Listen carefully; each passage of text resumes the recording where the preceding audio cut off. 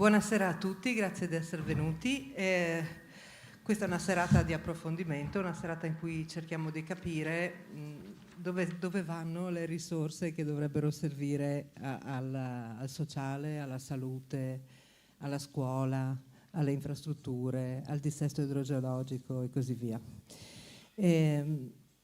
Quando abbiamo cominciato a pensare a questa serata, io ho fatto una riflessione e mi sono chiesta: ok, ci sono degli obiettivi da raggiungere, ci sono delle spese che è evidente che abbiamo preso l'impegno di mettere in cantiere. Cosa succedeva prima? E ho fatto un po' di approfondimento. Nel 2025 abbiamo raggiunto il primo degli obiettivi NATO, che è quello di arrivare al 2% del PIL in spesa militare, e partivamo dall'1,5 e ho detto mezzo punto di PIL non sono proprio bruscolini, no? E come abbiamo fatto a coprire questo 0,5%? Lo 0,1 sono nuove risorse effettive, il resto riclassificazioni. Ora, detta così sembra una cosa un po' come dire all'italiana. Ho detto: cosa sono queste riclassificazioni? Bene, si dà un focus più militare a voci quali Guardia di Finanza, Capitanerie di Porto, Spazio, Cyber Security, progetti di cooperazione militare. Quello che non mi è chiaro è se sia cambiata la natura di queste attività o ci siamo accorti adesso che erano un'attività di natura militare o altro. In ogni caso, quali sono, andando un po' più nel dettaglio in queste spese, mi sono accorta che la grossa voce di spesa che cambia è quella che va sotto la definizione di altre spese. Cambia molto perché passa dal 12 al 30% in più. Invece quella che cala è l'investimento in infrastrutture, che passa dal 3 al 2%. Evidentemente il centrodestra c'è un problema con le infrastrutture, è anche grosso, perché neanche militari riesce a farne. Dopodiché il problema importante adesso è che il prossimo obiettivo NATO è arrivare al 5% del PIL, e questo significa che anche l'Italia non potrà solo riclassificare, ma dovrà metterci del proprio, dovrà fare degli investimenti reali. E quali sono gli investimenti reali? Sono investimenti in armi, in persone e appunto in infrastrutture, che forse stavolta riusciamo ad avere. E forse potrà allargare ulteriormente il perimetro della difesa, di nuovo sicurezza interna, cyberspazio, magari corpi paramilitari, e non mi viene in mente molto altro. Forse dovrà investire in ricerca e sviluppo, che è il mio campo, perché io mi occupo di ricerca e sviluppo industriale. E in effetti quello che ho visto negli ultimi anni nella mia professione è che sempre più spesso mi trovo di fronte a progetti che sviluppano tecnologie che possono anche avere applicazioni civili, ma primariamente vedono applicazioni militari. È interessante perché è una cartina a tornasole. L'impresa per sua natura fa profitto e quindi si rivolge al campo dove ci sono più soldi, e le imprese stanno annusando che la difesa, il militare, avrà in questo momento un'esplosione, ci saranno un sacco di soldi lì. E l'ultima possibilità che abbiamo per arrivare a sto 5% di PIL è di nuovo riclassificare la spesa, e questo purtroppo potrà voler dire adesso una progressiva militarizzazione di settori che siamo abituati a considerare civili, e io penso soprattutto alla Guardia Costiera, stando a Trieste, e questo avrà serie implicazioni, perché avrà implicazioni sulla governance, avrà implicazioni in particolare sul controllo democratico di questo Paese. E quindi è opportuno che oggi ci mettiamo a ragionare su cosa significa questa impennata di spesa militare, dove ci sta portando e quali sono gli impatti sui nostri territori. E a proposito di impatto sui nostri territori, la nostra prima relatrice è la nostra consigliera comunale regionale. Rosaria Capozzi. Regionale. Scusate, lo sapevo, me lo ero anche scritto, perché sapevo. Rosario, la parola è tua. Grazie.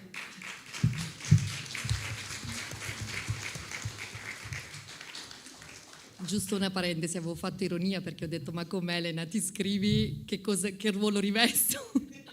Lei mi ha detto no, lo devo scrivere perché tanto pasticcerò, ecco. Comunque voglio salutarvi, voglio ringraziarvi per essere qui presenti, così come voglio ringraziare gli amici che ricoprono i vari livelli istituzionali all'interno del Movimento 5 Stelle e che contribuiranno ad arricchire questo momento di approfondimento su un tema che è quello appunto delle politiche di riarmo, un tema che investe tanti settori importanti delle nostre vite, quindi avrà delle ricadute anche sui nostri territori. Siamo in un momento storico caratterizzato infatti da una forte spinta delle politiche di riarmo in Europa. Piani come Rearm EU e Readiness 2030 che cosa prevedono? Prevedono innanzitutto un aumento consistente della spesa militare, ma anche una forte spinta verso l'integrazione tra l'industria bellica e l'industria civile. Qua mi ricollego anche a quello che diceva un po' Elena nella sua premessa.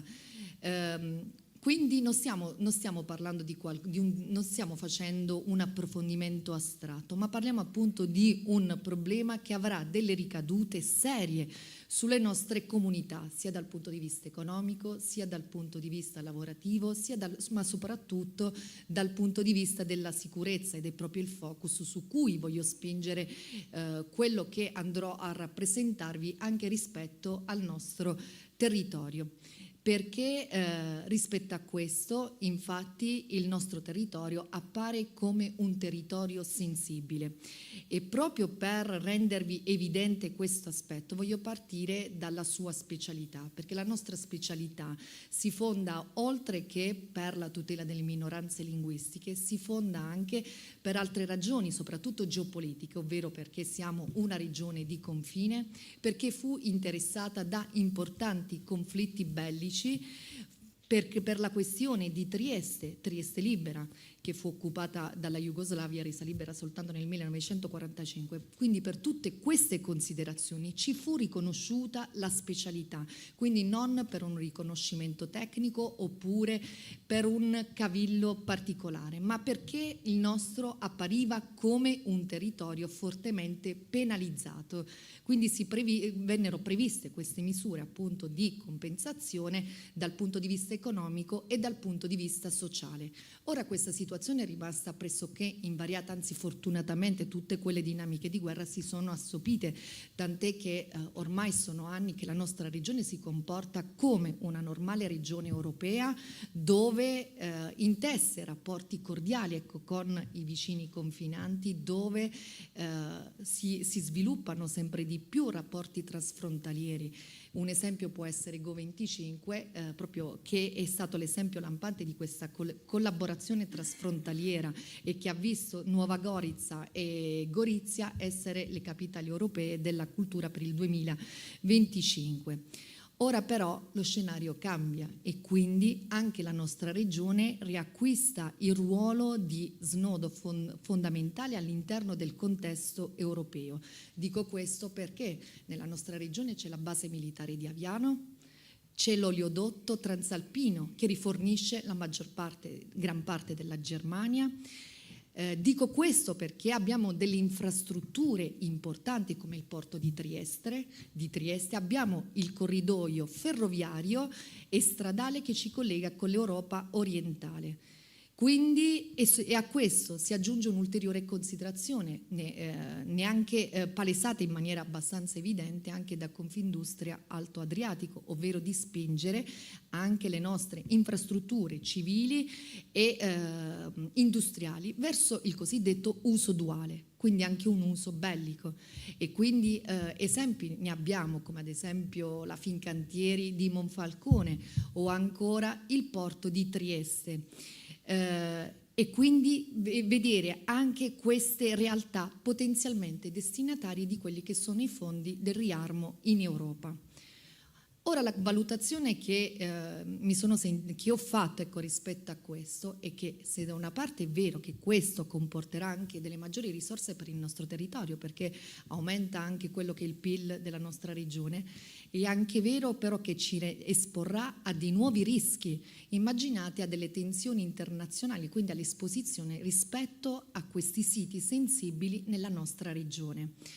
Il nodo politico qual è?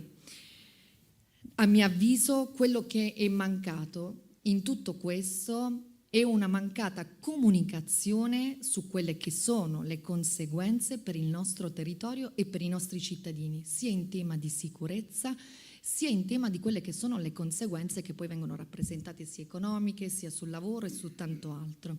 Quindi io quello che contesto è che c'è stato un silenzio, e in politica il silenzio non è mai neutro, ma è consenso, e in questo io ho visto un allineamento pedistico rispetto al governo centrale, dove la nostra regione è apparsa da questo punto di vista come una prolunga periferica di quello che è il governo centrale. Quindi la prima critica che mi sento di fare al presidente Fedriga non è una critica ideologica o personale, ma è una critica oggettiva, perché mi sarei aspettato che che a seguito di queste politiche avesse avviato subito un dibattito pubblico e avesse reso edotti i nostri cittadini su quelle che sono le conseguenze sulla sicurezza, che non è un dato trascurabile.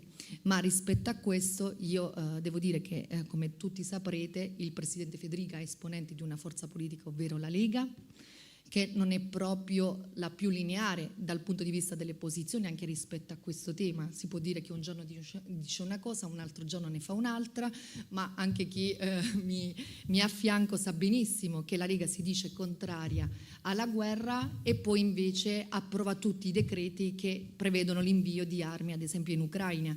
E anche rispetto a questo il nostro Presidente è perfettamente allineato, perché ci siamo trovati di fronte ad un presidente che si dice concettualmente contrario alla guerra, però nella sostanza dice che quelle armi però inviate all'Ucraina sono legittime perché non servono per combattere, ma servono per consentire al popolo ucraino di difendersi. Allora questa per me è una narrazione debole, una narrazione che è frutto di una comunicazione efficace dal punto di vista politico, ma che innanzitutto normalizza la guerra, e questo per me è qualcosa che non dovrebbe accadere, ma soprattutto tradisce quello che è un principio fondamentale previsto dalla nostra Costituzione, ovvero l'articolo 11. L'articolo 11 prevede questo: l'Italia ripudia la guerra come mezzo di offesa agli altri popoli e come strumento di risoluzione delle controversie internazionali. Rispetto a questo io devo dire che appunto abbiamo visto un'interpretazione autentica, ecco, di questa risoluzione, ecco, perché inviare armi non significa risolvere le controversie internazionali senza tradire questo principio fondamentale della nostra Costituzione. Quindi ci troviamo di fronte ad una situazione in cui non viene fatta informazione, e chi fa informazione o comunque dice lo stato delle cose viene tacciato di fare propaganda politica.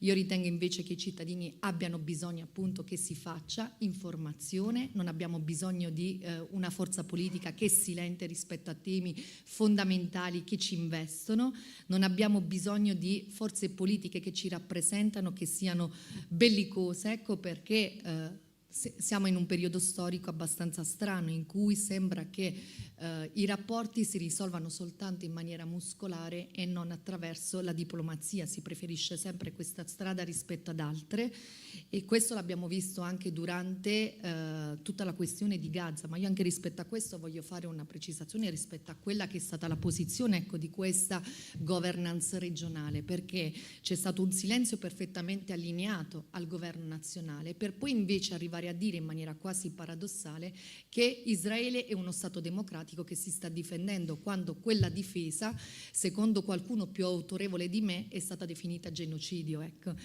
E quindi io quello che mi aspetto è che rispetto a questo ci rendano edotti, perché è importante che i cittadini vengano resi edotti rispetto a quelle che sono le conseguenze sulle ricadute territoriali, e nel nostro caso è importante che il Presidente ci venga a dire qual è il ruolo della nostra regione nell'ambito europeo, ci venga a dire quali sono i rischi che corriamo, perché standosene in silenzio non sta facendo gli interessi dei nostri cittadini. Grazie.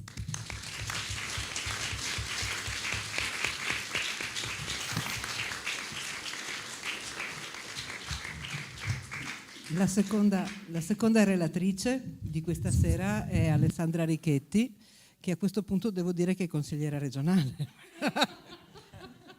Grazie. Abbiamo fatto in Trieste Miss Mass. Allora, io farò una cosa molto semplice. Parlarvi di cosa sta già succedendo sul nostro territorio. A livello comunale io posso dirvi cosa sta succedendo in Consiglio Comunale. Quanto a livello di le scelte che sono a livello così governativo stanno già influenzando quello che è i lavori, ma anche il quotidiano dei nostri cittadini. Allora, quando si parla di Trieste, sentirete spesso il centrodestra parlare di una città florida, di una città organizzata, di una città che guarda al futuro. Poi però si tagliano sui servizi socioassistenziali, si tagliano sugli asili nido, si taglia su tutta una serie di diritti del lavoro. Allora uno dirà, è una questione di narrativa non coerente? No, di fatto qualcuno prima mi ha detto ma il bilancio comunale è florido, no? Di fatto è quello che l'assessore ci ha raccontato quando l'ha presentato in maniera gloriosa, ha presentato una situazione di bilancio di previsione estremamente florido. Però cheto a un certo punto è arrivato a dire: vedete, i costi sono aumentati, i costi dell'energia, l'inflazione, i costi delle materie prime, sono aumentati i costi dei contratti dei lavoratori e quindi, vedete, pur se abbiamo un bilancio florido, dobbiamo risparmiare, dobbiamo tagliare. Allora, è chiaro che le due cose suonano male. E si è tagliato addirittura sul personale, in maniera secondo me molto grave, e sui servizi. Guardiamo qual è la situazione di Trieste. Perché parlo della situazione di Trieste? Trieste, il Friuli Venezia Giulia in generale è una regione che sta bene, ha un buon reddito medio, però nel contempo ha una serie di sacche di povertà che stanno crescendo, e Trieste in particolar modo è quella che più ha queste sacche di povertà, che sono aumentate. La povertà così generale è aumentata del 2%, la povertà assoluta del 12%. Povertà assoluta vuol dire che una famiglia decide se dà le medicine al suo figlio o dà da mangiare a suo figlio. Questa è la povertà assoluta. Allora lo dico perché l'assessore al sociale ha riconosciuto questo dato di fatto, ha riconosciuto che la povertà è in aumento, che le richieste sono sempre più in aumento, però il bilancio, guardate, a livello comunale il comune di Trieste investe tanto apparentemente nel sociale, però è fermo. Mentre quindi di fronte a delle richieste che sono sempre più puntuali, noi dobbiamo abbassare i servizi. Allora, da cosa lo vediamo? Dobbiamo porci queste domande. Andiamo sulla questione casa. Se io vado a vedere il bando ATER, l'ultimo bando ATER, su oltre 4.000 domande che sono state presentate ad ATER, l'85% sono state accolte. Caspita, una bellissima notizia. Cioè l'85% è quasi la totalità. Non è così. Andiamo un attimino a analizzare i dati. Di quelle famiglie che hanno fatto domanda ad ATER a Case del Sociale, l'80% ha un reddito inferiore di 10.000 euro. 10.000 euro. Una famiglia. E 650 nuclei familiari che hanno fatto domanda ha meno di 2.000 euro. Ma non sto dicendo al mese, signori, all'anno. Una famiglia su 10 ha un reddito di 8.000 euro all'anno. Sono tutti valori che sono drammatici. Allora uno dice, però l'85% la casa l'ha avuta. Sì, però restano fuori tutti quelli che a Trieste devono scontrarsi con un caro affitti che è stato in 10 anni del 50%.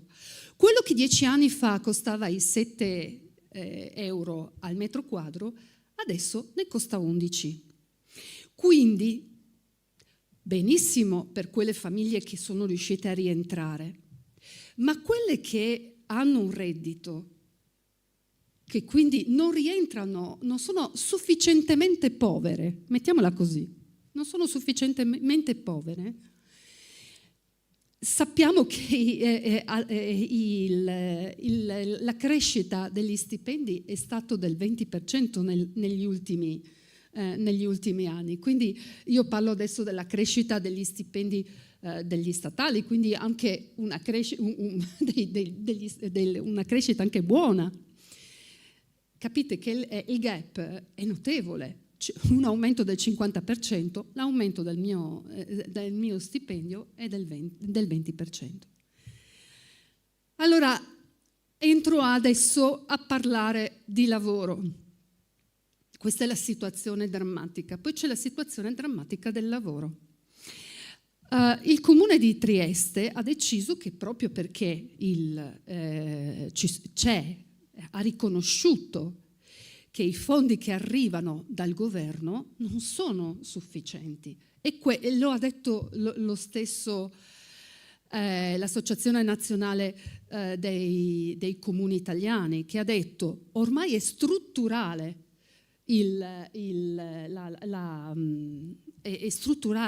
la contrazione dei soldi che vengono dati ai comuni. Ecco, a livello di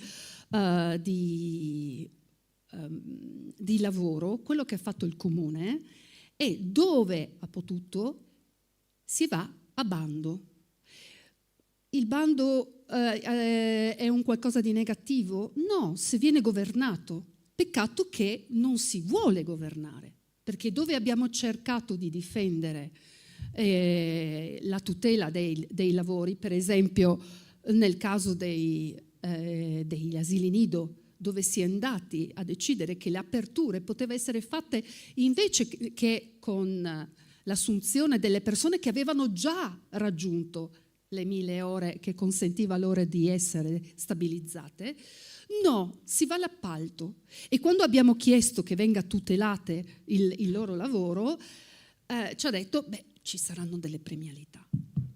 Ecco, allora, noi quello che vediamo anche già nel socio-assistenziale è che gli educatori hanno contratti part-time di 14-16 ore, ma una reperibilità continua.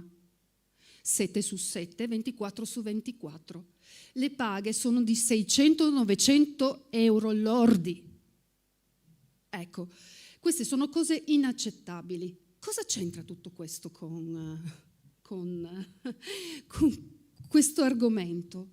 C'entra perché lo abbiamo visto che i tagli si sono rivolti sul lavoro, si sono rivolti nelle politiche della casa, perché ricordiamo, come può anche ricordare la collega, le politiche in regione si fanno solo se arrivano i fondi dal bilancio statale, se no solo carta straccia. Il comune può chiedere, ma non verranno avviate politiche proprio per la casa.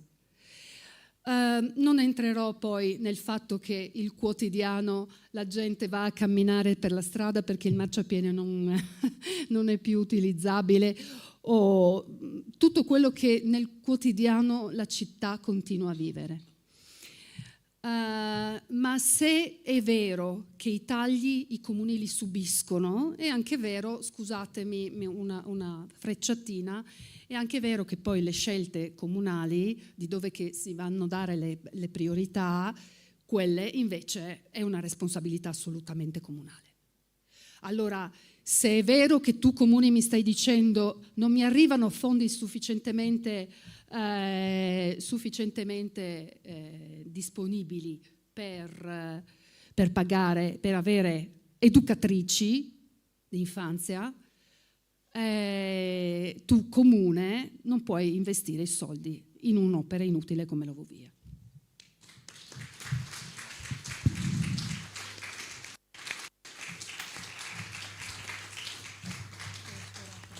No, hai sforato di pochissimo, grazie grazie Alessandra.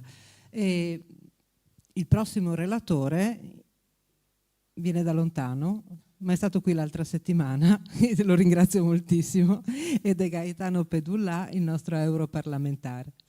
Grazie Elena, grazie a tutti. Come prima cosa desidero ringraziare uno per uno tutti voi per essere qui stasera, per aver accolto questo nostro impegno, questo momento di ascolto e presenza. Presenza perché il Movimento 5 Stelle è nato al nord e vuole tornare a parlare al nord. Abbiamo attivato dal momento in cui sono stato eletto delegato di circoscrizione, ne approfitto per ringraziare perché so che molti di voi, conosco tanti, mi avete votato per questo incarico. Stiamo cercando di dare massima attenzione ai problemi, alle soluzioni, alle cose che servono al nord. Abbiamo cominciato con Milano 3 settimane fa, oggi siamo qui, saremo settimana prossima a Genova, poi a Torino, a Venezia.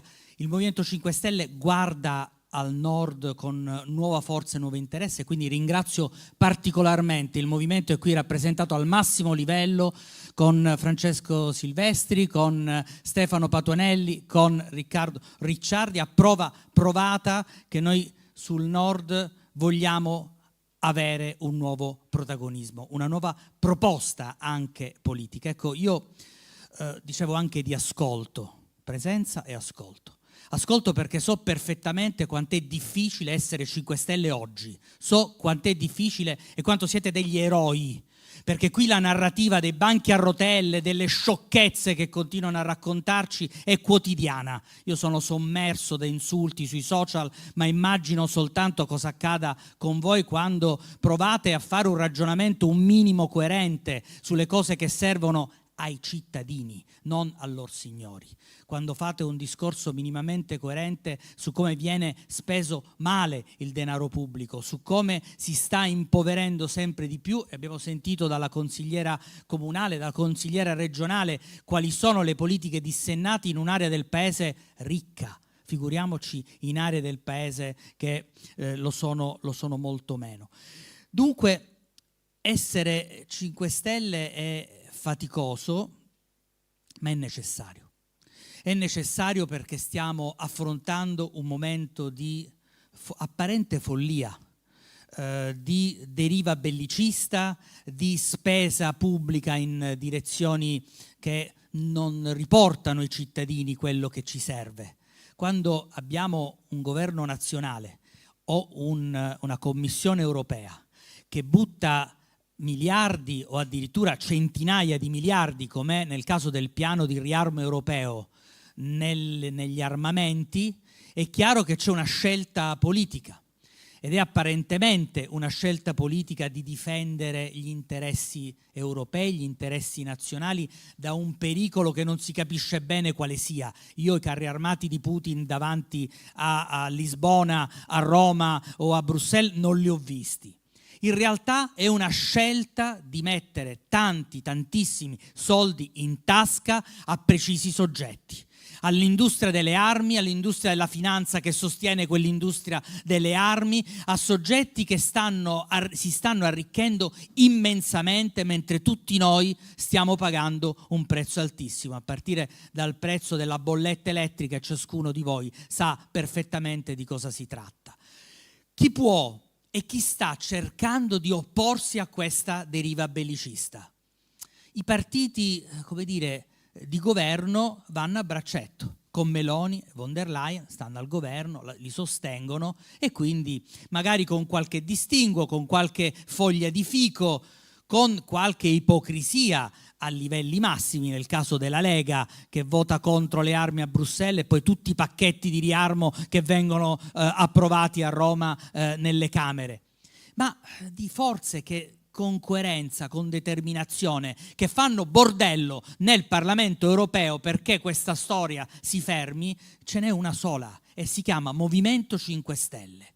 Quindi se non fosse per voi, per il lavoro che fate, per la coerenza che avete, per la capacità di essere qui stasera in tanti, non è facile nel nord, quindi davvero complimenti anche per il lavoro che viene fatto sul territorio. Se non fosse per la forza che ci date, oggi nel Parlamento avremmo una realtà monocorde. Si fa quello che vogliono questi signori e gli unici che stanno cercando di mandare a casa Meloni e von der Leyen, perché dobbiamo mandare a casa Meloni e von der Leyen, siamo noi. Lo siamo nei parlamenti, in tutti i livelli, dal comune alla regione, al Parlamento nazionale, all'Europa, e dobbiamo riuscirci perché la guerra non è solo una guerra drammatica e militare. Non mi fermerò molto su questo perché lascio spazio anche ai nostri parlamentari, ma è una guerra sociale, è una guerra che sta cercando di abbattere i diritti dei lavoratori, di abbattere i diritti previsti. Nel nostro caso siamo fortunati, abbiamo una Costituzione meravigliosa e il diritto alla salute è un diritto previsto dalla nostra Costituzione, ma questi signori se ne fottono, vogliono pure abbattere la nostra Costituzione lì dove ci dice che la legge è uguale per tutti perché per alcuni è più uguale degli altri, e con questo referendum che serve solo a lor signori, ai colletti bianchi e alla politica che ha scheletri nell'armadio, serve solo a loro, stanno cercando di crearsi, un paradiso terrestre, continuare a fare i loro affari, continuare ad arricchirsi, continuare a coltivare le clientele con le quali riescono poi appunto a conservare il loro potere, a mandare in Parlamento, in Europa, in ogni luogo, nei comuni, quelle persone che fanno queste scelte scellerate. Alla fine di tutto che paghiamo noi, paghiamo i cittadini senza santi in paradiso, che hanno una forza se ritrovano unità, se trovano coraggio, se trovano la capacità di comprendere la posta in palio. Noi abbiamo chiaro che oggi può ripartire una nuova Italia, può ripartire un nuovo futuro, può ripartire una nuova Europa. Guardate, avremo tra poco più di un anno le elezioni politiche. Si sentono forti perché hanno dalla loro tanto potere, ma i cittadini sono incavolati neri, finalmente trovano il coraggio di riscoprire quell'indignazione che è l'unico carburante che ci può permettere di metterli di fronte alla realtà, e la realtà è che non hanno fatto per voi niente, non hanno rispettato un solo impegno, dalla sicurezza, dove avevano detto di investire tantissimi denari, che hanno fatto per assumere il personale. Ora al Ministero dell'Interno sono partiti una serie di concorsi, ci avviciniamo alla fine della legislatura, vogliono mostrare di aver fatto qualcosa, così come hanno fatto 4 anni di finanziarie poverissime, per fare poi la finanziaria elettorale, la prossima, magari uscendo dalla procedura europea di infrazione, con 60, 70, 80 miliardi mance e mancette. Il prezzo qual è? 34 mesi di calo della produzione industriale, disoccupazione, spettro licenziamenti, persone con salari bassissimi, incapacità, come dire, di vedere una crescita e un futuro, deserto demografico. Questa è l'Italia che ci stanno consegnando e questa purtroppo è l'Europa. Solo se ci rimettiamo in marcia tutti insieme mandiamo a casa questi signori e ridiamo un futuro, una speranza di pace all'Italia e all'Europa. Grazie per essere qui e grazie per le battaglie che faremo insieme.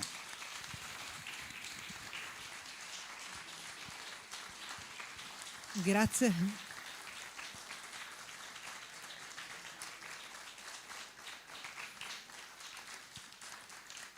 Grazie Gaetano, tantissima energia. E il nostro prossimo relatore, mi scuso, mi sono accorta quando l'ha detto Gaetano che non avevo presentato nessuno, sono pessima, e il nostro prossimo relatore è Francesco Silvestri, capogruppo del Movimento 5 Stelle, Commissione Esteri, Camera dei Deputati.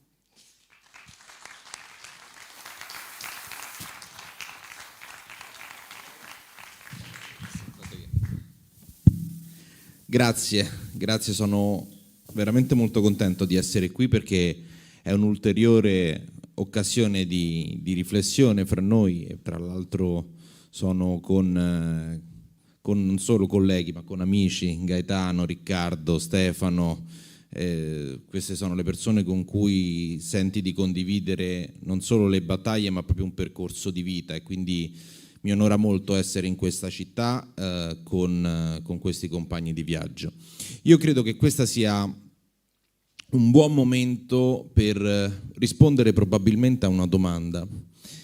Stiamo andando verso una strategia economica o stiamo favorendo una strategia di speculazione ai danni e sulla pelle del nostro paese? Questa è la prima domanda, secondo me, a cui dobbiamo pensare, riflettere e rispondere tutti quanti e poi nel nostro piccolo, ognuno, cercare di coinvolgere nelle riflessioni le persone che ci sono vicino. Prima si parlava un po' si è partito dal ragionamento sul PIL. Io riprendo un po' dei discorsi che sono stati fatti, andiamo un po' così a braccio, tanto avremo modo di spiegare poi le questioni che riguardano gli elementi geopolitici europei, ma rimango sull'economia nazionale. Si è partito dalla questione del PIL, si diceva 1,5 di spesa, tradotto 30-32 miliardi. Passare al 5% della spesa del PIL vuol dire arrivare a circa 100 miliardi di spese annui. Ora, e non è tramite la riclassificazione, cioè dire che il ponte sullo stretto di Messina, che non si farà mai a determinate spese, diventa una struttura militare, per poi farsi rispondere, amico mio, ti hanno spiegato che se c'è una guerra la prima cosa che va giù, non è che ci voleva un genio, ma loro ci hanno provato, hanno detto puntiamo su quello. Al di là di questo, però ci sono degli elementi importanti e prendiamo quindi l'aumento dall'1,5% del PIL, quindi fino al 5%, quindi vuol dire 70 miliardi in più. L'ultima finanziaria è stata 22 miliardi in questa finanziaria. L'aumento annuo, così ci diamo delle proporzioni, è sui 70 miliardi. Benissimo. Nel 2027, tenete in conto questo dato, andiamo su un'altra cosa. 2027 l'Europa ci dice che saremo il fanalino di coda economico europeo. Va bene, ma ce ne stiamo accorgendo. Allora, già in queste condizioni, facciamo atterrare questi miliardi su questo tessuto nazionale ed economico. Vuol dire che come si rimediano miliardi in un momento del genere? Aumentando o le tasse, o aumentando il debito, o incidendo sulla qualità dei servizi. Nella migliore delle ipotesi, nella peggiore i tre fenomeni coincidono. Ti aumentano le tasse, ti aumentano il debito e scade la qualità dei servizi, tutto insieme.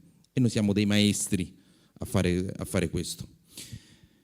Bene, io reputo, e questo rispondo quindi alla prima domanda, guardando che 150.000 ragazzi all'anno se ne vanno dal nostro paese, guardando l'Europa che mi dice che tra 2 anni sarò il fanalino di coda economico perché tutti gli investimenti che ha fatto questo governo, ma anche la nostra economia, se n'è andata con scelte industriali sbagliate.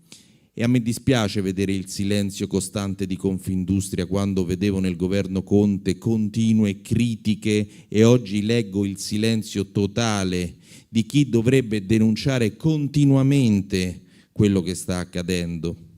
In un paese dove la nostra industria negli ultimi 30 anni è praticamente morta anche per scelte sbagliate, per non carpire anche i treni tecnologici su cui salire.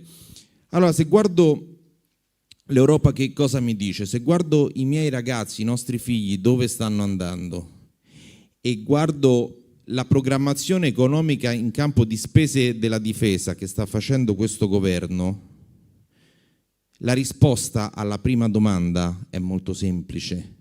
Stiamo alimentando una speculazione gigantesca economica e finanziaria. Perché? Perché quando tu fissi una percentuale di spesa, a prescindere dall'andamento della tua economia, non si chiama strategia, si chiama contabilità militare, ed è un'altra cosa, e ce la stanno facendo pagare a noi. In un momento dove io, per esempio, mi occupo per lo più anche, ho cominciato la mia attività politica con il contrasto al gioco d'azzardo. Sono tante battaglie che abbiamo fatto anche insieme a Riccardo, a Stefano in Parlamento. Queste battaglie sul gioco d'azzardo mi hanno portato ovviamente ad avere a che fare con il fenomeno dell'usura. Il fenomeno dell'usura in questo paese sta scoppiando completamente, in una maniera incredibile, perché noi abbiamo una multinazionale gigantesca che si chiama 'Ndrangheta, che ha bisogno di riciclare 200 miliardi annui nei nostri territori. E l'usura non punta più a prestare dei soldi che vuole farsi ridare indietro. Punta direttamente a prendere la tua attività commerciale per gestirla completamente. Questo avviene in ogni fetta del nostro territorio e sta arrivando anche in questa parte del territorio. Se leggete l'ultima relazione della Direzione Nazionale Antimafia, vedrete che anche qui, non in maniera strutturale, ma anche in questa fetta di porzione di territorio, stanno arrivando delle dinamiche importanti e si stanno insegnando in maniera strutturale. Allora, la situazione dal punto di vista del sovraindebitamento familiare è quella che vi è stata raccontata da chi vive il territorio, dai nostri consiglieri comunali e regionali. Lo stesso accade per quanto riguarda il tasso di sovraindebitamento di impresa e c'è un paese in sofferenza totale. Vi racconto un aneddoto per farvi capire la sensibilità di questo governo. C'è stato un decreto sport per finanziare le Olimpiadi Milano-Cortina. Sapete 40 milioni, delle Olimpiadi Milano-Cortina, da quale fondo le hanno prese, non sapendo più dove andare a trovare i soldi? Dal fondo per le vittime dell'usura, il femminicidio. Hanno dimezzato il fondo in un momento del genere per le vittime di usura e femminicidio, le hanno messe sulla Milano Cortina. Allora, di cosa stiamo parlando e di chi stiamo parlando? Questa è la condizione reale del paese. E tutto un sistema mediatico profondamente corrotto dalla sua natura, anche di conflitto di interessi, perché quello che è un problema editoriale in questo paese lo stiamo vedendo e si è addirittura acutizzato, spinge per l'economia del terrore. Perché? Perché le speculazioni devono avere un amico, soprattutto in ambito di guerra, è il terrore della popolazione. Più aumenta la vostra paura, più aumentano i titoli in borsa di Mittal o di Leonardo. E giocano su questo. Allora, al di là dei nostri interventi, delle nostre battaglie, di quando prima mi avete chiesto in TV come fai a rimanere calmo, serio, tutto questo, è che ci portiamo dietro anche il peso di queste battaglie qui. E io credo che oggi il Movimento 5 Stelle, e lo dico molto seriamente, abbia una missione che è ancora più difficile di quella del 2013, quando siamo entrati, dove avevamo sicuramente un vento in poppa perché eravamo la novità, eravamo appena nati e quindi avevamo un elemento molto forte, però avevamo un nemico per assurdo anche nazionale, se vogliamo, provinciale. Oggi la sfida del Movimento 5 Stelle è gigantesca, è molto più grande di prima ed è l'unico, ma è rimasto l'unico movimento nell'ambito del panorama parlamentare a cercare di trasmettere sicurezza alla propria cittadinanza dicendo non vi fate spaventare da queste persone perché voi siete degli algoritmi che portano a delle speculazioni in borsa e lo abbiamo ripetuto, Riccardo ha fatto più volte interventi proprio di questa natura. Abbiamo cercato continuamente e cercheremo continuamente di prendere delle risorse e spostarle verso l'economia reale perché sappiamo che lì è il futuro. Sul piano di riconversione industriale si gioca una parte gigantesca dei prossimi 30 anni della nostra economia. Allora, il movimento, come dice Gaetano, al di là di tutti gli elementi che noi ci diciamo anche che fanno parte della nostra storia, però lasciamola perdere la nostra storia. Quello che adesso ci interessa sono i prossimi 15 anni e io credo che quello che sta mettendo in piedi Giuseppe Conte e tutto il Movimento 5 Stelle sia un programma importante, economico e anche sotto il piano della capacità di investire e sapere dove investire, che deve trovare uno spazio di governo. E questa responsabilità noi ce la dobbiamo sentire addosso perché è solamente spostando dal governo chi ci sta massacrando in questi 3 anni e lo sta facendo con la complicità internazionale di un governo che viene dagli Stati Uniti che gli garantisce quella protezione politica per il quale loro si sentono padroni di tutti i nostri destini, ma così non è. Ma la dimostrazione deve partire da casa nostra. Allora, ogni occasione referendaria, elettorale, ha in sé, al di là del merito di ogni singola cosa, ha in sé una battaglia gigantesca. Cioè, prendere delle persone che sono complici di un declino, non stanno sbagliando, sono complici di un declino, di una destabilizzazione sul piano democratico, perché guardate che premierato, autonomia differenziata, cercare di distruggere tutti gli elementi del controllo della Corte dei Conti, destabilizzazione del potere dello Stato, della magistratura, inasprimento dei poteri ai servizi segreti come abbiamo visto nell'altro decreto sicurezza. Questi sono tutti elementi che se voi unite i puntini mirano a una destabilizzazione del sistema. E quindi, visto che io non appartengo alla cultura statunitense, non mi interessa di quello che fa Trump e quello che gli permetteranno di fare. Probabilmente non glielo permetteranno di fare. A me interessa quello che succede a casa mia e interessa quello che noi permetteremo di fare a quella donna e a quella maggioranza qui a casa nostra, anche nel rispetto dei nostri anni di storia e di battaglie e di tanto sangue che è stato versato per raggiungere quel che siamo adesso. Allora, l'impegno deve essere massimo, noi ce la stiamo mettendo tutta e la nostra presenza qui è, di cui io sono onorato, però è anche la testimonianza che fino all'ultimo giorno noi continueremo a dare tutto perché quello che ci troviamo davanti non è vincere le elezioni, ma vincere un sistema. E quel sistema fa parte anche di una parte di coalizione, di asse progressista che noi dobbiamo trainare e dobbiamo cambiare anche nelle sue derive e non sarà facile.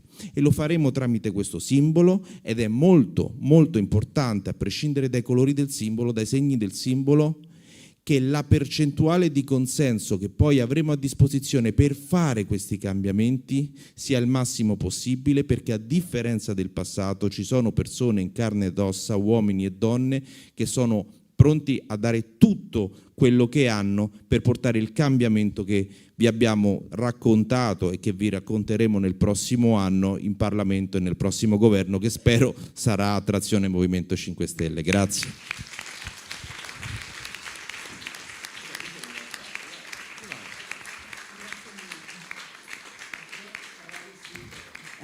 È caduto il simbolo. Cominciamo bene. Sul più bello. Sì. È un po' un problema. Ma ci mettiamo una pezza e andiamo avanti, sempre. Grazie mille, un discorso appassionato. E io passerei la parola al capogruppo del Movimento 5 Stelle alla Camera, Riccardo Ricciardi. Grazie.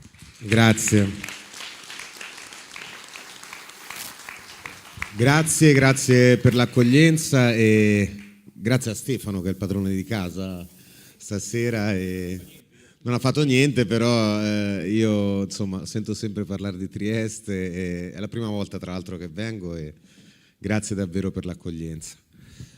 È stato già detto molto, allora io questo discorso lo prendo pensando a un ragazzo e una ragazza che 5 anni fa diventava maggiorenne, ok, 18 anni, in una famiglia normale di questo paese e si trovava 5 anni fa a sentire che le emergenze di questo paese e del mondo erano la sanità, perché quello che abbiamo visto durante la pandemia è lo stato della nostra sanità che ci siamo trovati ad ereditare nel 2020 era disastroso, quindi dovevamo ripartire da una medicina territoriale, di prossimità, eccetera, eccetera, e la crisi climatica, perché a un ragazzo di 18 anni la crisi climatica interessa molto, perché nel 2050 è il mondo che lui vedrà e vivrà in tutto lo sviluppo della sua vita. Bene, poi si è trovato, crescendo, ad affrontare la propria famiglia che magari si è trovata con una casa comprata con un mutuo a tasso variabile, a dover scegliere se mettere il pane a casa, pagare la bolletta o pagare il mutuo. Era una famiglia normale, fino a quando lui o lei ha compiuto 18 anni. Si è diplomato, è andato all'università. All'università cosa è successo? Ha capito che o faceva il pendolare, ma se faceva il pendolare si doveva ritrovare a fare mezz'ora e mezz'ore di ritardi ogni mattina per andare all'università, oppure a vivere in un buco in periferia perché i costi degli affitti sono esorbitanti. Ok? Questo è quello che può aver vissuto una persona che ha fatto 18 anni 5 anni fa. E cosa è successo nel frattempo? È successo che quando di fronte a tutti questi problemi, magari questo ragazzo ha un genitore, speriamo un nonno, che doveva avere una visita o un esame importante in sanità e ha dovuto attendere 2 anni per fare questa visita. Si è trovato a vedere che il suo continente, il suo paese mettono, quando lui fa 20 anni, 800 miliardi in armi. Dice, allora manifesto contro il riarmo. E viene bollato come filo putiniano. Questo ragazzo cresce, ha un minimo di coscienza sociale e vede che un paese nostro alleato come Israele commette un genocidio con 70.000 morti. Cosa fa? Va in piazza e gli viene dato del filo Hamas. Continua a crescere, vede che la sua vita non ha una prospettiva, che quello per cui sta studiando gli dicono già che non basterà, che probabilmente dovrà emigrare, e riesce a studiare, attenzione perché non sto parlando chiaramente dei figli oppure di Leonardo Maria del Vecchio, ok? Che che ha ereditato soldi su cui non mettiamo un euro di tasse perché l'uomo più ricco d'Italia paga le tasse in Lussemburgo, come tutti quanti, come Elkan in Olanda. Questi sono gli uomini più ricchi d'Italia, per modo di dire, forse sono gli uomini più ricchi del Lussemburgo. Quindi manifesta per chi gli dice, gli parla di diritto allo studio, diritto alla casa, non sta a vedere chi convoca la manifestazione. Va a manifestare e oggi viene bollato come le Brigate Rosse del 2026. E gli si dice, bene, faremo un decreto perché non dovrai più neanche andare a manifestare praticamente. Allora, o ci mettiamo nella testa che questo è il paese reale e le persone hanno tutto il sacrosanto diritto di manifestare, e soprattutto i giovani hanno il diritto di urlare e di non essere bollati come la generazione che sta sui telefoni, ma come la generazione a cui è stato già rubato il futuro, o altrimenti non si va da nessuna parte. Perché a questa generazione è già stato rovinato il futuro. Gli si sta dicendo, per miracolo cominci a lavorare? Benissimo. Il tuo TFR lo cominciamo a dare ai fondi privati. Fondi privati che sono i soliti che si arricchiscono sulle armi. Quindi un giovane come fa a non essere incazzato in questo momento? Poi è chiaro, quella violenza micidiale che abbiamo visto l'abbiamo condannata tutti subito, perché a me mi fa schifo vedere un branco di persone che picchia una persona a terra. Mi fa schifo e li ho bollati subito, gli ho detto, voi siete come i fascisti, tali e quali. Ma quella rabbia non può essere, non la loro, la rabbia di tutti gli altri. Non possiamo dire non hanno ragioni, perché poi abbiamo un paese che si inventa un nemico. E allora io mi sono spesso chiesto, innanzitutto parto dalla frase con cui ci vogliono fregare, no? Perché quando uno non sa cosa dire fa una citazione in latino, si vis pacem parabellum, no? Se vuoi la pace prepara la guerra. Poi si scopre che l'hanno detta i romani, che erano il popolo più guerrafondaio dell'umanità, e quindi forse non gli è venuto benissimo, no? Questa citazione. E andiamo a vedere negli ultimi anni qual è stato il momento in cui le potenze si sono riarmate più di tutto quanto, l'inizio del Novecento. Poi ci ricordiamo cosa è successo, no? E contro chi siamo in guerra? Allora, la Russia, un giorno ci dicono che, appunto, come ha detto prima Gaetano, arriverà a Lisbona, un giorno ci dicono che non riesce a fare neanche 1 chilometro in Ucraina. Mettetevi d'accordo. O la Russia è una potenza che arriverà, oppure è una potenza che non riesce neanche a fare 1 chilometro in Ucraina. Ok? La Cina? Sarà la Cina allora il nemico, perché chi è il nemico? La Cina. Bene, gli Stati Uniti hanno in questo momento 640 basi militari in 76 paesi del mondo. Sapete quante basi militari ha la Cina fuori dalla Cina? 1. In Africa, nel Corno d'Africa. Quindi noi stiamo pensando che la minaccia sono loro. Io dal loro punto di vista penserei che forse la minaccia siamo noi. Lasciamo perdere che storicamente negli ultimi 150 anni l'Italia ha cercato di invadere la Russia 4 volte e la Russia non ha mai invaso l'Italia negli ultimi anni, ma lasciamo perdere i dati storici. Questa non è una politica di difesa, questa è una politica d'attacco. Questi vogliono fare la guerra, noi ce lo dobbiamo mettere in testa. E allora non esistono più le mezze misure. O si cambia tutto questo, o quello che vedremo nel nostro continente è una guerra. E non è allarmismo, perché io dico, perché poi faccio anche questo ragionamento. È chiaro che dire agli italiani e alle italiane spendo dei soldi in armi non porta voti, non credo porti voti. E allora perché lo fanno? Forse potrebbe essere più utile per loro magari prendere questi soldi e spenderli, che ne so, per tagliare un po' di tasse, per investire in forze dell'ordine. E allora mi chiedo, ma perché lo fanno Qual è il motivo? Per arricchire i loro amici? Sì, però mi sembra anche, insomma, sai, se poi perdi consenso è un po' un problema. Lo fanno perché lo devono fare, perché ci siamo già su questo piano inclinato. Ci siamo già e non possiamo permetterglielo. E allora, al di là della fase di critica che è stato detto sia a livello locale che a livello nazionale, il Movimento 5 Stelle deve ritornare al governo per dire: signori, non può esistere che noi vendiamo armi a Israele e non possiamo vendere il parmigiano reggiano in Russia. Non può esistere, non funziona sta roba qua.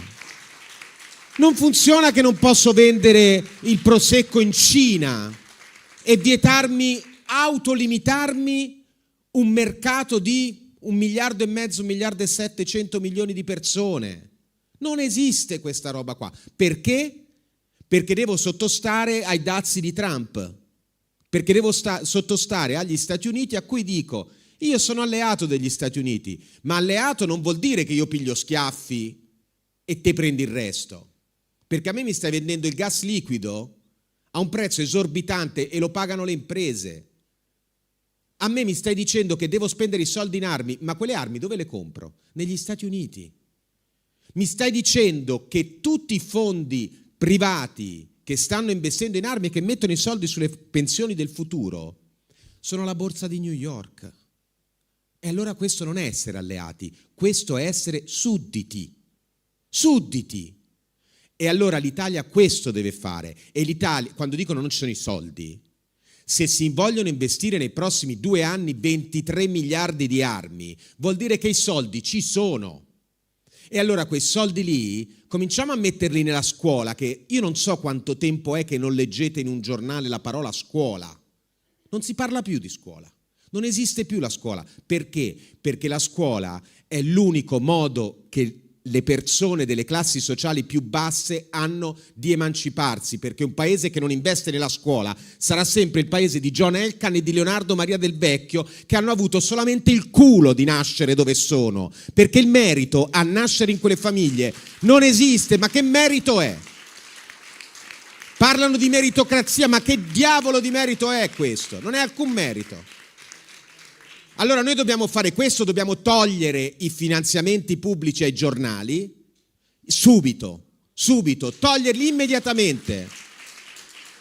Tutti, a quelli di Angelucci e anche a quelli di non Angelucci. Rivedere anche la RAI, perché io poi vorrei chiedere a sto ragazzo di 23 anni che ha compiuto 18 anni 5 anni fa se vede mai una volta Rai 1 e allora capire perché dobbiamo pagare il canone per non vedere Rai 1. Dobbiamo anche capirlo cosa diamo alle future generazioni, no? Perché che logica è? E dobbiamo, quando parliamo di sicurezza, ieri ho letto che per chi fa una rapina organizzata, non lo so, armata, gli si portano le pene fino a 24 anni. Poi lo sappiamo che è sempre un trucco, perché il problema non è la pena massima, il problema è la pena minima, no? Però fa titolo dire fino a 24 anni. Io sono d'accordo, io lo voto, se volete, quell'articolo. Una rapina, 100.000 euro in una banca, 10.000 euro in una casa, benissimo. Ma se rubi 1 milione di soldi pubblici, allora facciamo le proporzioni, te ne prendi 24.000 di anni.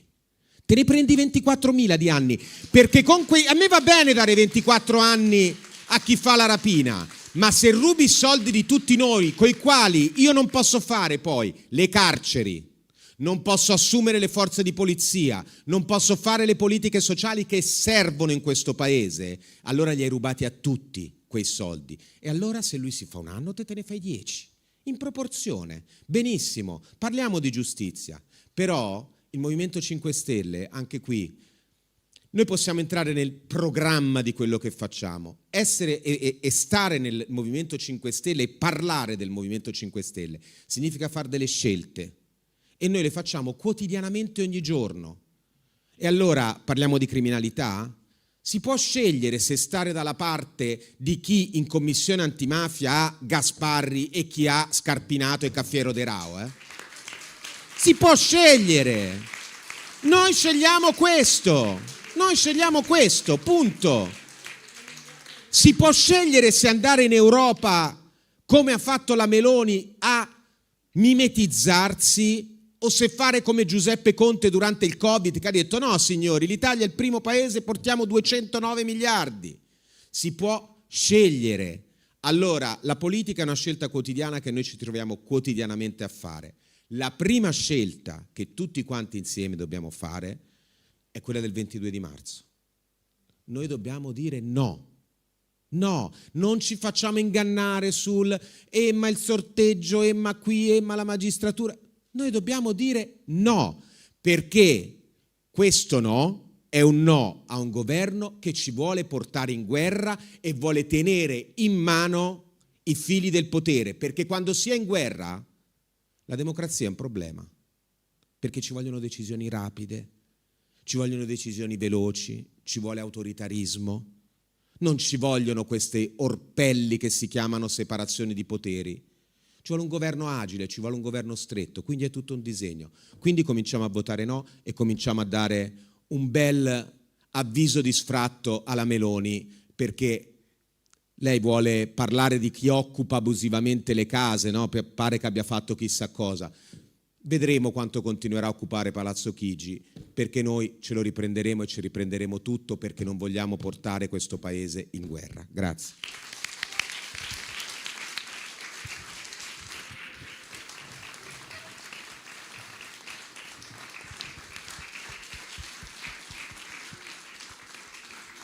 Grazie. L'ultimo relatore della serata è quello che conosciamo meglio, Stefano Patuanelli, attualmente capogruppo del Movimento 5 Stelle in Senato, ex ministro, concittadino. Addirittura concittadino. Grazie a tutte e a tutti e grazie. Allora parto ringraziando Elena Danielis, che è la nostra coordinatrice regionale, che sta facendo un lavoro eccezionale. Ovviamente ringraziando Rosario, ovviamente ringraziando Alessandra, ringraziando gli amici Gaetano, Francesco e Riccardo per essere qui. Non è mai facile parlare nella propria città, devo dire la verità che ogni volta è sempre un'emozione. Si gioca in casa, ma è più emozionante che giocare in trasferta. Chiudo con un po' di ringraziamenti perché vedo Paolo Menis laggiù, il nostro referente provinciale, il coordinatore provinciale, che insomma con cui personalmente tutto è iniziato ormai quasi 21 anni fa. Poi vedo Andrea Ussai, vedo Cristian Sergo, i nostri ex consiglieri regionali, insomma tanti amici, tante amiche, vedo anche mia mamma, quindi insomma un'emozione in più. Io parto seguendo un po' ciò che ha detto Riccardo, perché la domanda che vedo che ci facciamo molto poco nel paese, nei dibattiti, in TV, forse anche tra di noi, è il perché. Perché dobbiamo riarmarci? Qual è il nostro pericolo? Cioè, qual è il pericolo che l'Occidente sente che lo porta a fare investimenti a livello europeo di 800 miliardi, ma a livello NATO parliamo di cifre quasi impronunciabili, perché lo sforzo che deve fare l'Italia è un pezzo dello sforzo che dovranno fare tutti i paesi nati, perché non ce n'era uno che arrivava al 2% e adesso dobbiamo arrivare al 5%. Qual è il motivo reale e il pericolo concreto a cui noi tutti siamo sottoposti? Non c'è. Non c'è. Perché è l'Occidente che è stato il fautore della divisione del mondo tra i buoni e i cattivi, non il resto del mondo. È l'Occidente che ha detto: noi siamo la democrazia, noi siamo la religione che deve dominare, noi siamo i buoni, tutti gli altri sono cattivi, tutti gli altri dovranno stare alle nostre regole, tutti gli altri dovranno adeguarsi a noi, e però siamo noi in pericolo? E no, cazzo, in pericolo sono gli altri. È l'Occidente che ha esportato democrazia facendo milioni di morti, non altri. È l'Occidente che ha destabilizzato scenari come quello medio orientale, come quello nordafricano, come quello del Centro America, come parti dell'Africa, le grandi guerre civili in corso nell'Africa sono sempre motivate dal tentativo del dominio occidentale rispetto alle risorse naturali che in quei paesi ci sono. È sempre l'Occidente che ha portato in giro per il mondo morte e distruzione. Eppure ci teniamo quel senso di colpa o quel non so come chiamarlo, quella riconoscenza verso il mondo americano che è venuto a salvarci durante la Seconda Guerra Mondiale e che da quel momento in poi ha detto: questo, qui comando io, questa è casa mia. Ci sono cose che dopo un po' di anni si possono raccontare pubblicamente. Credo fosse ottobre o novembre del 2019, ero da pochissimo ministro dello sviluppo economico, faccio il mio primo incontro con l'ambasciatore degli Stati Uniti in Italia, Louis Eisenberg. Avevamo fatto una cosa importante, tra parentesi, a quelli che ci dicono oggi che critichiamo Trump, ma quando eravate voi al governo, no? Conte, Giuseppi, voi eravate... Sì, però noi in culo a Trump abbiamo fatto la via della seta, non è che siamo andati lì a chiedere a Trump il permesso di fare il memorandum d'intesa con la Cina, gliel'abbiamo fatta perché ritenevamo giusto per il nostro paese farla, contro il volere degli americani, e ci ha esposto a tantissimi rischi, proprio nelle relazioni. E vengo all'incontro con l'ambasciatore, si siede davanti a me e mi dice: Ministro, noi siamo molto preoccupati perché voi state vendendo ai cinesi i porti italiani. Lei poi è triestino, perché chiaramente si informano, il porto di Trieste sarà venduto alla Cina. E io dico: guardi ambasciatore, primo, noi non vendiamo porti, noi casomai diamo concessioni. La Grecia ha fatto scelte diverse, noi non siamo la Grecia, i nostri porti restano di proprietà dello Stato, ma diamo concessioni. Lei ci dice che per voi è un problema se noi apriamo a rapporti di concessione con società cinesi. In quel momento sembrava che CCCP, la società cinese, venisse a investire a Trieste. E ho detto: va benissimo, parliamone. Io però ho Whirlpool, che è un'azienda americana, che sta chiudendo il sito di Napoli per aprirne uno in Cina. E ho Delta Airlines, socio di Alitalia, che non mette i 200 milioni che mi servono per salvare la mia compagnia di bandiera. E quindi, caro ambasciatore, facciamo una cosa: io mi impegno a raffreddare il clima sulle concessioni cinesi, lei va da Delta e gli dice di mettere 200 milioni sull'Italia, lei va da Whirlpool dicendo che lo stabilimento Whirlpool a Napoli resta aperto e non apre più in Cina. La sua risposta è stata: ma questo è libero mercato, non posso fare niente. La mia è stata: quella è la libera porta, se ne può andare. Da quel giorno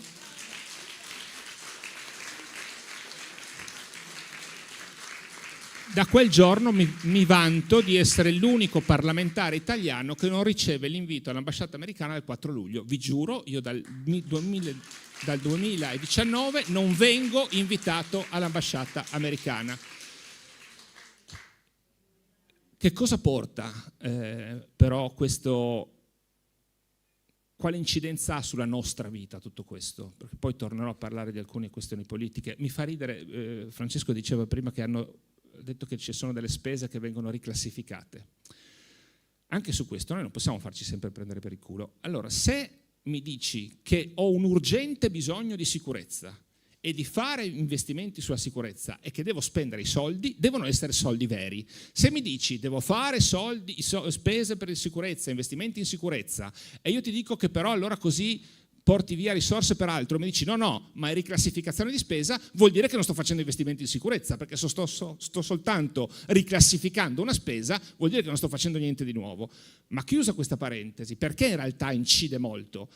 Perché stanno giocando sul fatto che l'Europa, in questo folle processo al riarmo, prevede per tutti quei paesi che sono al di fuori delle procedure di infrazione, la possibilità di accedere a dei percorsi di finanziamento europeo per le risorse in spese militari e di poter scorporare nei famosi parametri deficit-PIL, debito-PIL, che hanno dei valori di riferimento, le spese per armi. E vengono a dirci, vedete, non incide, il mio rapporto deficit-PIL, che oggi verrà classificato nel 2025 al 2,8, cosa che ci fa uscire dalla procedura di infrazione, il prossimo anno, nonostante la prima tranche di aumento delle spese militari, resterà al 2,8 perché scorporo.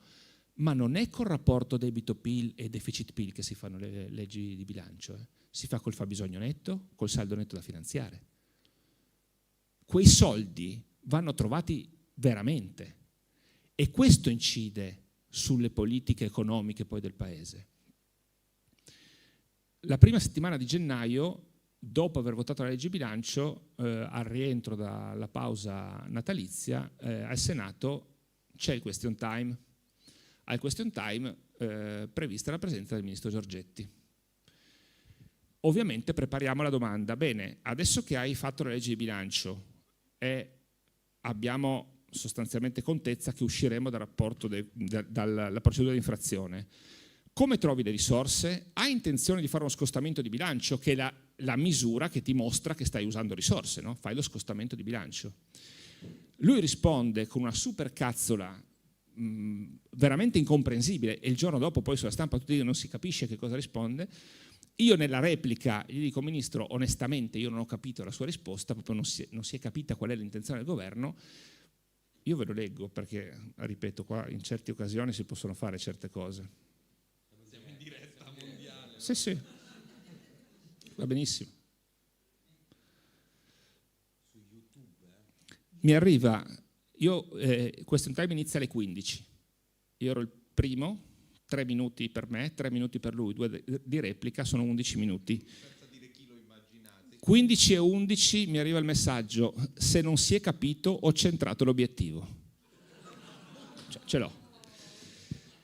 Perché è chiaro che bisognerà fare lo scostamento di bilancio, perché è chiaro che quelle risorse sono reali, perché è chiaro che poi abbiamo 50 milioni di euro nell'ultimo decreto sicurezza, quello che dovrà rendere sicuro il nostro paese, e non 5 miliardi. Abbiamo 50 milioni perché non abbiamo i soldi, perché dobbiamo metterli sulle armi. Questa è l'incidenza reale. E abbiamo gli uomini e donne delle forze dell'ordine, oggi che iniziano le Olimpiadi a Milano Cortina, che stanno in condizioni climatiche ovviamente proibitive e che non hanno le divise adeguate al freddo che avranno per garantire la sicurezza sulla Milano Cortina. Questo è lo stato delle cose della sicurezza del nostro paese e non abbiamo i soldi per farlo.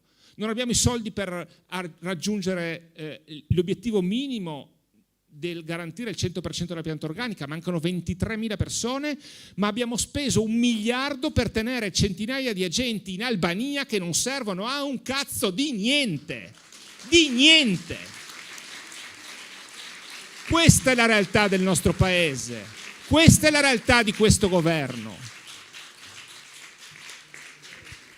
Io credo però che ci siano dei segnali di vita ormai che sono evidenti e mi sembra di poter dire che qualcosa sta cambiando. Qualcosa sta cambiando. Io non lo so, girando un po', c'è un clima che Giorgia Meloni ha rappresentato una novità. Siamo in una fase storica dove i media tradizionali non esistono più. Prima Riccardo citava il caso della RAI, della carta stampata. Io credo che la RAI andrebbe chiusa, venduta, perché non ha nessun senso tenere quel carrozzone che non produce servizio pubblico, che non ha nessun tipo di...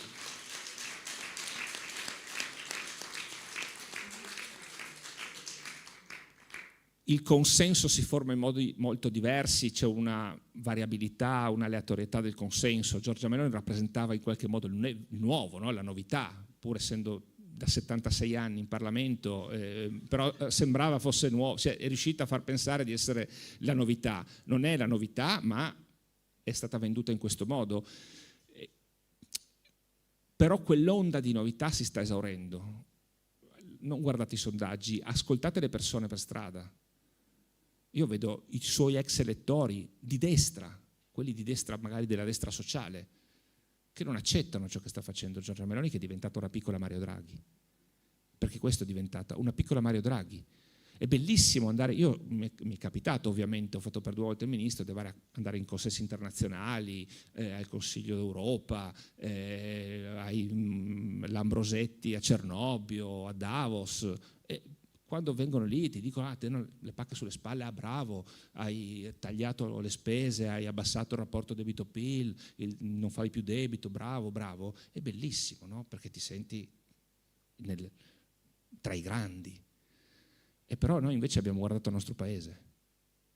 Noi abbiamo fatto le scelte per i cittadini, non per noi stessi, non per avere una propria credibilità personale o un nostro consenso personale.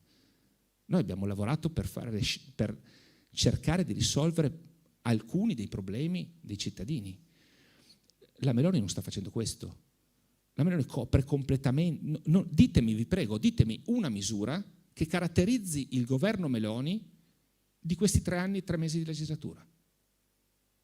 In positivo o in negativo? Una misura per cui resterà in qualche modo, che resterà nella storia. Noi abbiamo fatto il reddito di cittadinanza, abbiamo fatto il decreto dignità, abbiamo fatto il decreto spazzacorrotti, abbiamo salvato l'economia del paese, che ne dicano gli altri, anche grazie al super bonus. Abbiamo fatto un piano industriale vero, 27 miliardi del piano Industria 4.0. Abbiamo tagliato i parlamentari, abbiamo messo l'ambiente in Costituzione, il rispetto dell'ambiente e degli animali in Costituzione. Queste cose abbiamo fatto noi. Sì, le comunità energetiche. Abbiamo fatto l'anticorruzione, basta però perché sennò... Io accetto qualsiasi critica sul nostro operato. Non pretendo che tutti i cittadini italiani siano d'accordo sulla necessità di avere un reddito di cittadinanza in Italia. Capisco, soprattutto quelli che sfruttano i lavoratori poveri, capisco che non vogliano il reddito di cittadinanza. Questo è comprensibile. Sono delle scelte. Però abbiamo fatto tante cose. Questo governo non ha fatto nulla. Ha galleggiato e sul piano economico ha fatto dei danni inenarrabili. Noi abbiamo lasciato un paese, l'unico paese in Europa, che dato del 2022 aveva un'economia nel 2022 migliore rispetto al 2019, cioè rispetto al pre-Covid. Questo abbiamo lasciato noi e abbiamo lasciato 209 miliardi che non è stato un algoritmo a darci, sono state le scelte che Giuseppe Conte ha imposto agli altri partner europei. 209 miliardi per ammodernare un paese. E nonostante questo, dal prossimo anno saremo di nuovo il penultimo paese in Europa per crescita e abbiamo una condizione del mondo del lavoro che è sotto gli occhi di tutti. Abbiamo perso 9 punti di potere d'acquisto dal gennaio 2025 rispetto al 2021. 9 punti di potere d'acquisto. Questi sono i dati dell'economia reale. Poi certo lo spread è basso, ma lo spread è basso perché va male la Germania, perché noi siamo il penultimo spread europeo, come eravamo prima. Si è accorciata la distanza, ma perché sono crollati i tedeschi. Non è che noi abbiamo scalato la classifica e siamo arrivati primi, noi siamo rimasti sempre lì. Questa è la condizione del paese che ci lascia Giorgia Meloni. Allora io credo che dobbiamo fare, lo diceva bene Riccardo, uno sforzo adesso per dare il primo segnale. Quando andremo a votare no al referendum, ognuno ha i suoi motivi per farlo. Io penso che separare la formazione del PM da quella del giudice porterà ad avere da un lato l'avvocato della difesa, che oggi già ha come suo obiettivo quello di vedere l'imputato, cioè il suo cliente, assolto. Ma oggi il PM, che ha la formazione e la carriera del giudice, ha come obiettivo quello dell'accertamento della verità. L'accertamento della verità, non la condanna. la separazione delle carriere porterà ad avere il PM che avrà come obiettivo la condanna dell'imputato.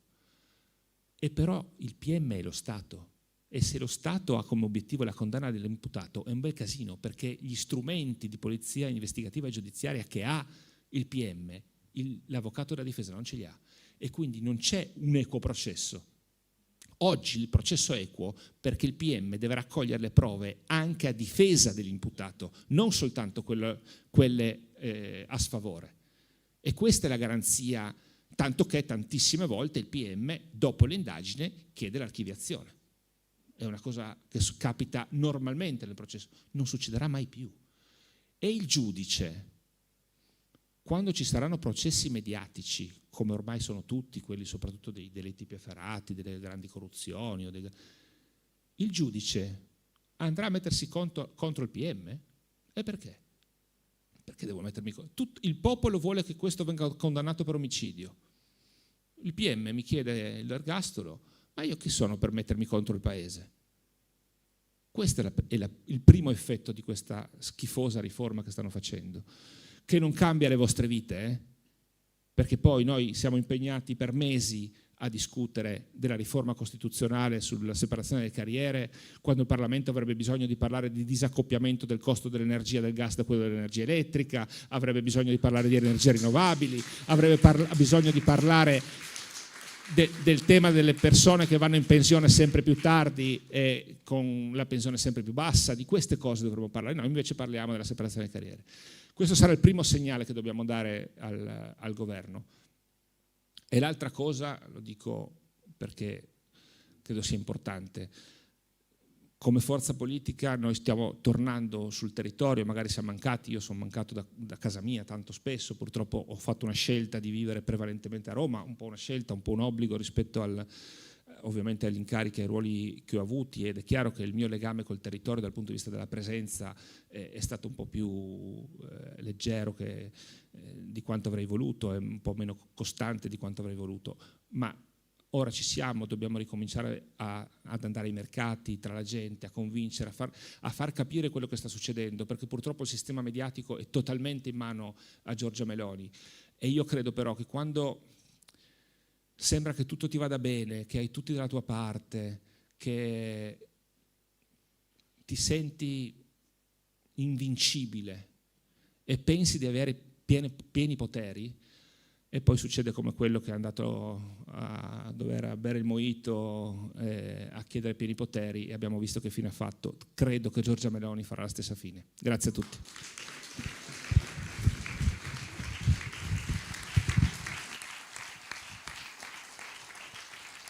Grazie, abbiamo fatto tutti gli interventi, abbiamo spazio per 3 brevissimi interventi. Interventi o domande? Più domande.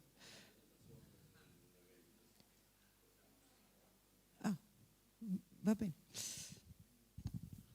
Salve, buonasera. Scusa? Sì, no, di meno. Qua a Trieste con i nostri parlamentari sono venuti i bigiacchi, i friulani. Adesso il 27 marzo vi aspetto a Staranzano con la nostra Stefania Ascari e la Pignedoli, se Gaetano ce la fa venire. Quindi vi aspettiamo a Staranzano, un incontro con la politica, con la Stefania Ascari e la Sabrina Pignedoli. Si parlerà di Palestina e Cisgiordania. Grazie a voi. Grazie Brian. Grazie anche a voi per l'invito. Io rappresento il SIULP, che è il sindacato di polizia a livello provinciale, e sono anche componente del direttivo regionale. Qui sono con il nostro membro di segreteria Jonathan Scaglione. Devo dire che faccio fatica a trovare anche un solo passaggio in cui non si possa concordare. Sono tutte parole di buonsenso. Come dicevo prima, qualcuno di voi vi seguo sempre sui social, in particolare gli interventi anche alla Camera e al Senato, anche l'ultimo, dopo l'intervento del Ministro, c'è stata la replica dell'onorevole Pattonelli, ieri proprio l'avevo vista, quindi E ci fa molto piacere soprattutto come siete sul pezzo, cioè non diciamo andate dritti al punto, niente slogan, niente propaganda, si va sul concreto. Quindi parlavate di organici, di rafforzamento degli organici, di risorse sulla sicurezza, sulle forze dell'ordine e appunto, differente su come si pensi, non entro nel merito di come si pensi sulla guerra, ognuno ha il suo pensiero personale. Il punto è proprio questo, tutte queste risorse che tra l'altro bisognerebbe mettere in maniera improvvisa e quindi anche in maniera graduale, che già è discutibile, voglio dire, tolgono risorse a tutto il resto, la sanità, la scuola, l'istruzione, tutto il tessuto sociale e anche la sicurezza, le forze dell'ordine. Quindi continuate così per quanto ci riguarda e insomma, bravi. Posso rispondere solo una cosa? Qualcuno ha una domanda per il nostro prestigioso? Solo una cosa sulle forze di sicurezza. No, intanto potete dare il microfono, proprio 10 secondi. Sai cosa mi dispiace particolarmente? Io ho aperto, mi studio le relazioni del Ministero dell'Interno e dall'anno scorso a quest'anno, fonte Ministero dell'Interno, guarda, ci ho fatto un video stamattina, ok? Da 99, cioè ci sono 1200 agenti in meno di forza di polizia in un anno. La cosa, fonte Ministero dell'Interno, poi questo non so le altre fonti. L'altro giorno questo dato viene, tra l'altro, visto che ci eravamo scritti, viene enunciato e letto a Tagadà da Tiziana Panella, davanti aveva un membro della maggioranza, perché gli dico leggilo anche tu come come presentatrice e anche ad altri. Che fa quello Mollicone? Gli risponde: noi ne abbiamo assunti 35.000, non c'era mai stata un'assunzione del genere, nello stesso momento in cui gli stavano dicendo: guarda caro, che in un anno, e tra l'altro nel prossimo anno andranno 6.000 in pensione e sono previste 4.000 assunzioni, quindi anche il prossimo anno andrà in negativo.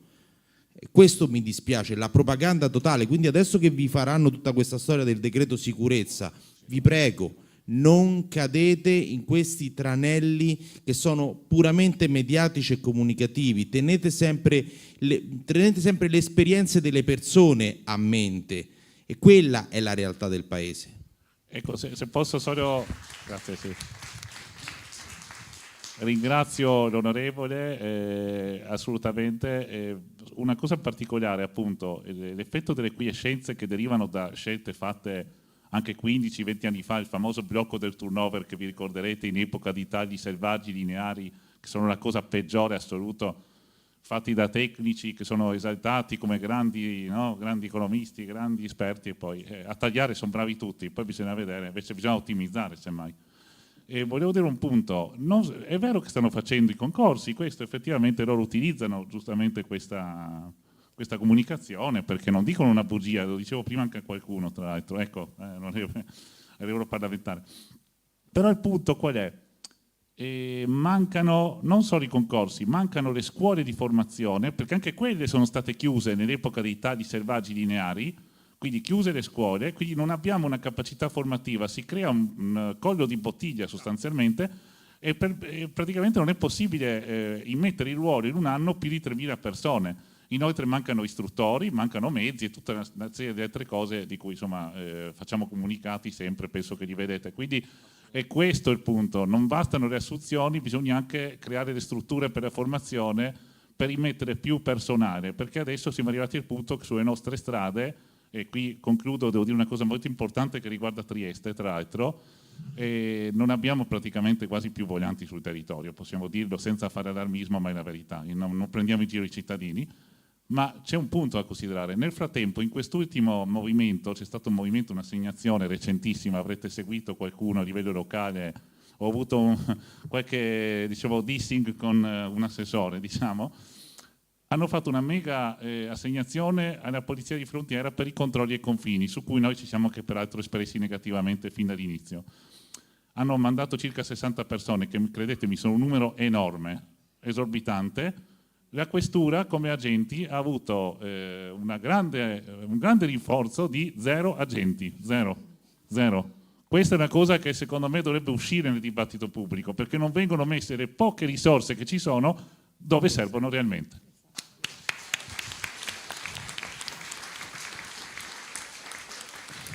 Grazie. Abbiamo spazio per un'ultima.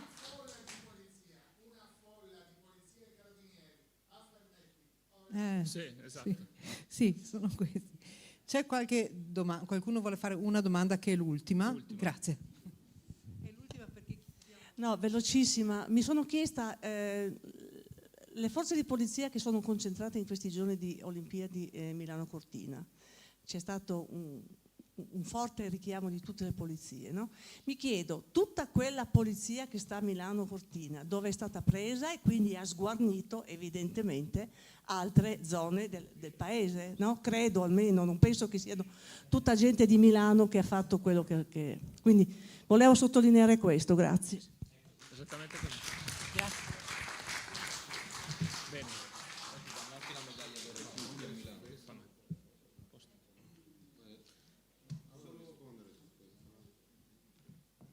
Chi vuole rispondere? Si può rispondere su questo perché... Riccardo, alzati in piedi e fai l'incazzato come fai. Con voi non mi incazzo.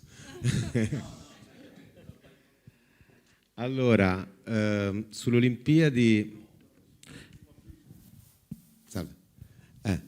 È chiaro che, allora, questo è un grande evento, è anche normale, no? Che si debba tutelare la sicurezza degli atleti, insomma ci ricordiamo anche delle Olimpiadi tragiche da questo punto di vista, chiaramente sono una vetrina anche per chi vuole fare delle azioni terroristiche, delle azioni pericolose, quindi io non mi stupisco del fatto che tu fai un grande evento di questo tipo e ovviamente investi anche in questo. Il problema è un altro. Il problema è che queste Olimpiadi dovevano costare 1,5 miliardi, sono già costate 6 miliardi.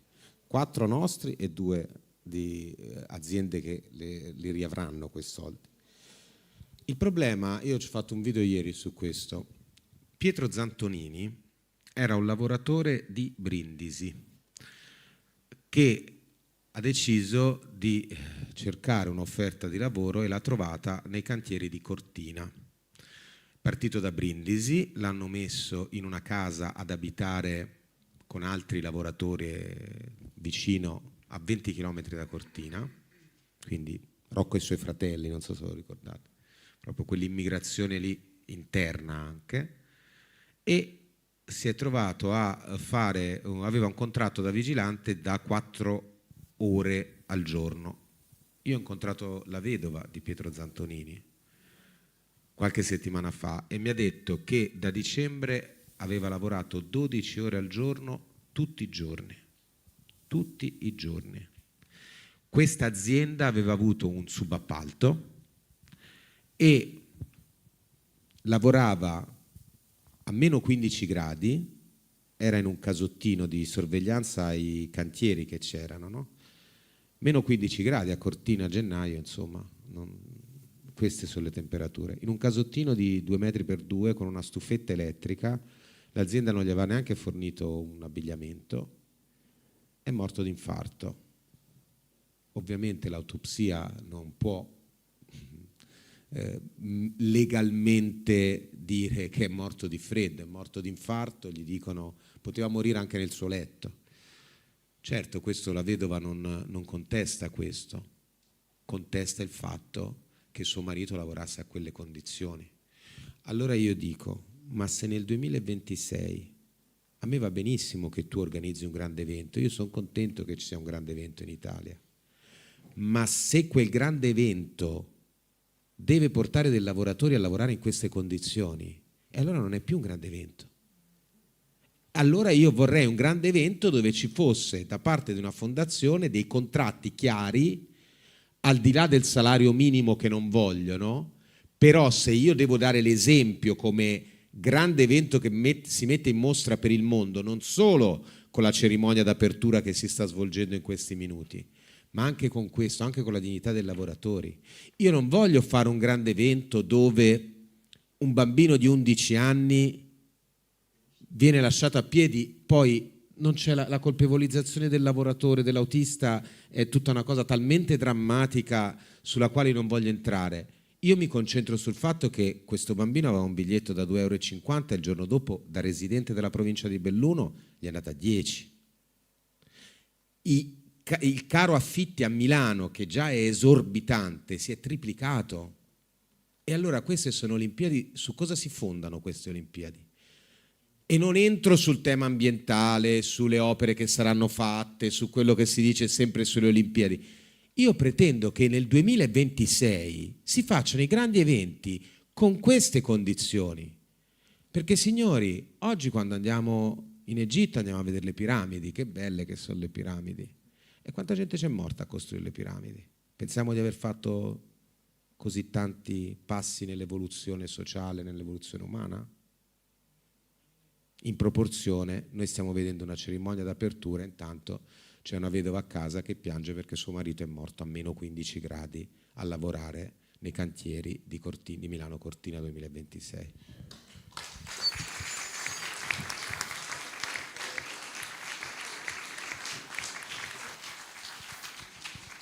Grazie a tutti, veramente grazie ai nostri ospiti di questa sera. Un parterre così non si era mai visto.